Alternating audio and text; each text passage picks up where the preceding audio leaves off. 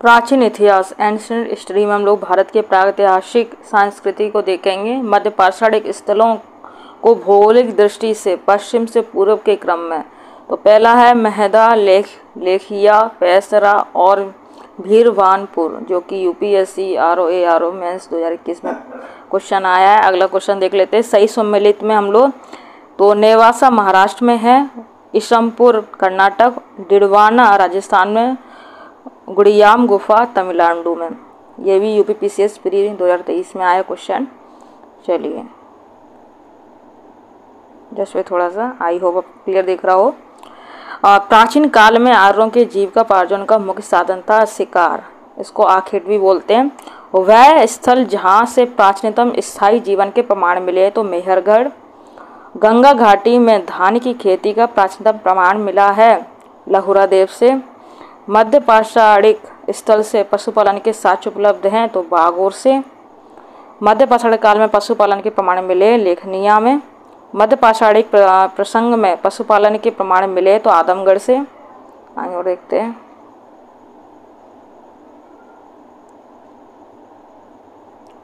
उत्खनित प्रमाणों के अनुसार पशुपालन प्रारंभ हुआ था मध्य पाषाण काल में।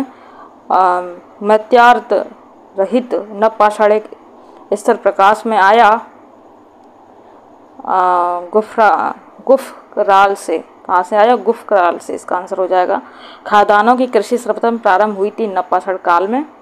नवपाषाण कालीन गर्त निवासों के अवशेष मिले थे वुरझौम और गुफकराल से। आगे और देखते हैं क्वेश्चन। राग का टीला नवपाषाणिक स्थल से संबंधित है संगन कल्लू से। भारतीय उपमहाद्वीप में धान की खेती के प्राचीनतम साक्ष्य प्राप्त हुए विंध्य क्षेत्र से। मानव द्वारा सर्वप्रथम प्रयुक्त अनाज था जौ था। आगे और देखते क्वेश्चन। वस्त्रों के लिए कपास की खेती का आरंभ सबसे पहले किया था भारत ने। बृहद पाषाण स्मारकों की पहचान की मृतकों को दफनाने के स्थानों के रूप में। एक ही कब्र से 3 मानव कंकाल निकले हैं तो दमदमा से निकले हैं। विंध्य क्षेत्र के वह शिलाश्रय जहाँ से सर्वाधिक मानव कंकाल मिले थे वो था लेखिया। भारत में वह शिलाश्रय जहाँ से सर्वाधिक चित्र प्राप्त हुए तो भीमबेटका, जो कि मध्य प्रदेश में। दधेरी एक पर्वतीय हड़प्पीय पुरास्थल है जो कि पंजाब में। चलिए ताम्र पाषाणिक स्थल नवदा टोली अवस्थित है तो मध्य प्रदेश में। गैरिक मृदवांड पात्र ओसीपी का नामकरण हुआ है हसनापुर से। भारत को वह स्थल जहाँ खुदाई से लौह धातु के प्रचलन के प्राचीनतम प्रमाण मिले तो वो है अतरंजी खेड़ा। ताम्राश्म काल में महाराष्ट्र के लोग मृतकों के शरीर को फर्श के नीचे रखकर दफनाते थे उत्तर से दक्षिण की ओर। चलिए अगला देखते हैं। कोपेनहेगन संग्रहालय की सामग्री से पाषाण, कांस्य और लौह युग का त्रियुगी विभाजन किया था। किसने किया था? थॉमसन ने किया था। भारत में प्रथम प्रापाषाणिक उपकरण की खोज करने वाले रॉबर्ट ब्रूस फुट थे एक भूगर्भ वैज्ञानिक थे। ताम्रपाषाणिक स्थल नवदा टोली का उत्खनन किया था एच.डी. सांकलिया ने। भीमबेटका की गुफाएं प्रसिद्ध हैं शैल चित्र के लिए। दमदमा नामक पुरा स्थल संबंधित है मध्य पाषाण काल से। कहाँ से? मध्य पाषाण काल से। चलिए अब आता है सिंधु सभ्यता एवं संस्कृति, इंडस सिविलाइजेशन एंड कल्चर। तो इसमें आपको देख रहा है चंदूड़ो, जो कि जो फसल है वो सरसों से रिलेटेड। हड़प्पा तिल से। कुंतासी कोदो से। हुलास धान से। हुलास स्थल है जो कि धान से संबंधित, इस तरीके से आप याद कर सकते हैं। हड़प्पा सभ्यता से जल संरक्षण के साक्ष्य मिले हैं धोलावीरा से मिले। हड़प्पीय पुरास्थल वनावली स्थित है रंगो नदी पर। हड़प्पा सभ्यता का स्थल मांडी भारत के किस राज्य में स्थित है? उत्तर प्रदेश में। सिंधु घाटी सभ्यता के पुरास्थल से नाव के चित्र या मॉडल प्राप्त हुए हैं मोहनजोदड़ो एवं लोथल से। मोहनजोदड़ो से प्राप्त पशुपति शिव की प्रसिद्ध मोहर पर किस पशु का अंकन नहीं है तो सांड का। चलिए अगला देखते क्वेश्चन। हड़प्पा संस्कृति के पूर्वी सीमांत का निराकरण करता है आलमगीरपुर। मृणपट्टिका पर उत्कीर्ण सिंह युक्त देवता की कृति प्राप्त हुई लोथल से प्राप्त हुई। हाथी दांत का पैमाना हड़प्पी संदर्भ में मिला है लोथल से मिला है। हड़प्पा का उत्खनन करने वाले प्रथम पुरातत्वविद जो उसके महत्व को समझ पाया था वो थे सर जॉन मार्शल। कौन थे? Sir John Marshall. अगला देखते हैं, सिंधु सभ्यता शब्द का प्रयोग सर्वप्रथम किया था सर जॉन मार्शल ने। सिंधु घाटी की सभ्यता पर प्रकाश डालता है पुरातत्व संबंधी खुदाई। सिंधु सभ्यता से संबंधित केंद्र जो उत्तर प्रदेश में स्थित है आलमगीरपुर एवं हुलास। हड़प्पा सभ्यता स्थल लोथल स्थित है तो कहाँ पर? गुजरात में स्थित है। हड़प्पन संस्कृति के संदर्भ में शैलकृत स्थापत्य के प्रमाण मिले धोलावीरा से मिले हैं। एक जुते हुए खेत की खोज की गई थी कालीबंगा में की गई थी। भारत का सबसे बड़ा आपन पुरस्थल है राखी गढ़ी। अधिशंख्य हड़प्पा स्थल स्थित है सिंधु घाटी में। मूर्ति पूजा का आरंभ माना जाता है पूर्वार्ध में। हड़प्पा संस्कृति की जानकारी के प्रमुख स्रोत है पुरातत्व खुदाई, पुरातात्विक खुदाई। चलिए अगला क्वेश्चन, अवेस्ता और ऋग्वेद में समानता। अवेस्ता क्षेत्र से संबंधित है ईरान। भारत में कपास की खेती का सबसे पहला साक्ष्य प्राप्त हुआ मेहरगढ़ से। हड़प्पा का वह स्थान जहाँ पर मिट्टी की हल्की आकृति मिली है, वनावली है वो, वह स्थान या स्थल जहाँ से सब पेट का ताबूत के प्रमाण मिले तो हड़प्पा। सिंधु सभ्यता, सिंधु घाटी सभ्यता का पोर्ट टाउन बंदरगाह था लोथल। चलिए अगला देखते हैं, भारत में स्वतंत्रता के बाद सर्वाधिक संख्या में हड़प्पन स्थलों की खोज हुई गुजरात में हुई।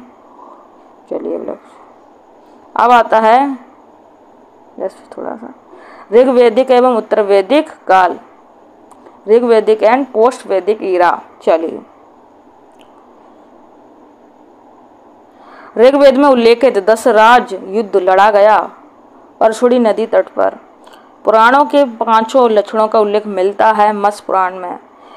1028 संस्करण हैं ऋग्वेद में। अष्टक भी कहा जाता है ऋग्वेद को।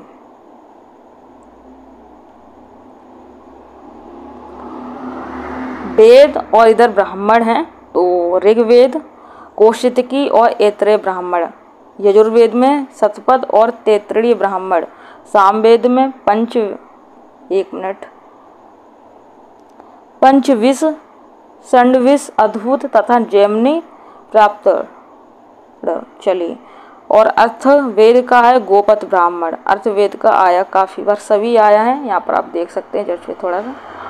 ठीक है, ये देखिए यूपीपीसीएस पॉलिटेक्निक लेक्चर 2021 में आया, आरओ में भी आया है।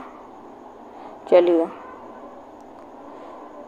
एक वेदांग नहीं है तो स्मृति नहीं है। वैदिक कालीन प्रशासन में भागदू अधिकारी था, राजस्व कर जमा करने वाला। वह ग्रंथ जिसमें आयुर्वेद शब्द का प्रयोग हुआ है तो ऋग्वेद।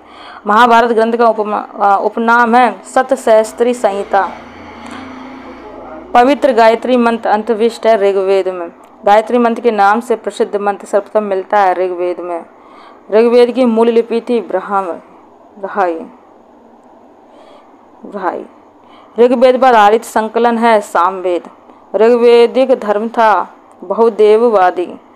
ऋग्वेद काल में जनता विश्वास करती थी बलि एवं कर्मकांड में। जैसे थोड़ा सा और देखते हैं,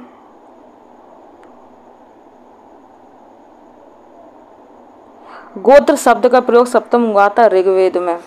ऋग्वेद में सर्वाधिक संख्या में मंत्र संबंधित है इंद्र से। सबसे प्राचीन वेद है ऋग्वेद। वह वैदिक ग्रंथ जिसमें वर्ण शब्द का सर्वप्रथम नामोल्लेख मिलता है ऋग्वेद। ऋग्वेद में उल्लेखित यव शब्द किस कृषि उत्पाद हेतु प्रयुक्त किया गया? जो ऋग्वेद में उल्लेखित प्रसिद्ध 10 राजाओं का युद्ध लड़ा गया परशुड़ी या रावी नदी के किनारे।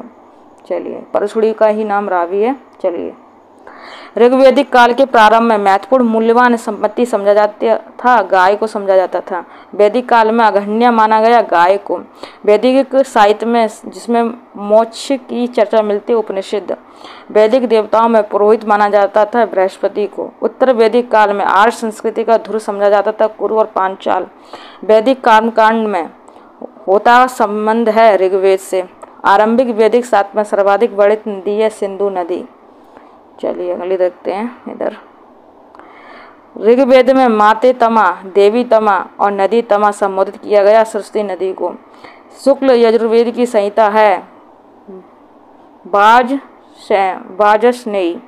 शतपथ ब्राह्मण में उल्लेखित राजा विदय माधव से संबंधित ऋषि थे राहुगढ़।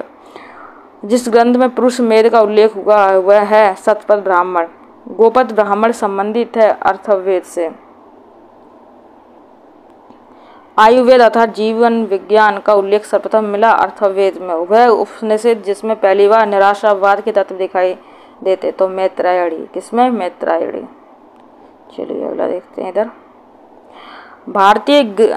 भारतीय प्रतीक पर उत्कीर्ण सत्यमेव जयते लिया गया तो मुंडकोपनिषद से। जिंद अवस्था और ऋग्वेद में समानता। जिंद अवस्था संबंधित है ईरान से। प्राचीन भारत में निशाका से जाने जाते हैं स्वर्ण आभूषण। 14वीं सदी ईसा पूर्व का एक अभिलेख जिसमें वैदिक देवताओं का वर्णन है प्राप्त हुआ तो उसका नाम क्या है? बोगज कोई। एशियाई माइनर बोलते इसको। चलिए मनुस्मृति मुख्यतः संबंधित है समाज व्यवस्था से। वह उपनिषद जिसमें आध्यात्मिक ज्ञान के विषय में नचिकेत और यम का संबंध प्राप्त हुआ है उपनिषद बोलेंगे उसको, कठोपनिषद। ऋग्वेद में उल्लेख अफगानिस्तान के साथ आर्यों के संबंध का सूचक है कुंभा क्रमु और क्रमु नदी। कुंभा क्रमु नदी। आगे देखें सर्वाधिक ऋग्वेदिक सूक्त समर्पित हैं इंद्र को। आर्य शब्द का शाब्दिक अर्थ है श्रेष्ठ। अधर्व्यु का अर्थ है यज्ञ करने वाला पुरोहित। उपनिषद काल के राजा अश्वपति शासक थे के सर्ग प्रतिसर्ग वंश मनवंतर और वंशानुचरित संकेतक हैं पुराणों। भारत का प्रथम विधि निर्माता माना जाता है मनु को। प्राचीन काल के महान विधि निर्माता थे मनु। कौशे शब्द का प्रयोग किया गया रेशम के लिए। क्लासिक संस्कृत में आर्य शब्द का अर्थ है एक उत्तम व्यक्ति। ऋग्वेद है स्रोतों का संकलन। इतिहास शब्द का उल्लेख मिलता अथर्ववेद में। ऋग्वेदों में उल्लेखित 10 राजाओं का संग्राम हुआ था परशुनी नदी के तट पर।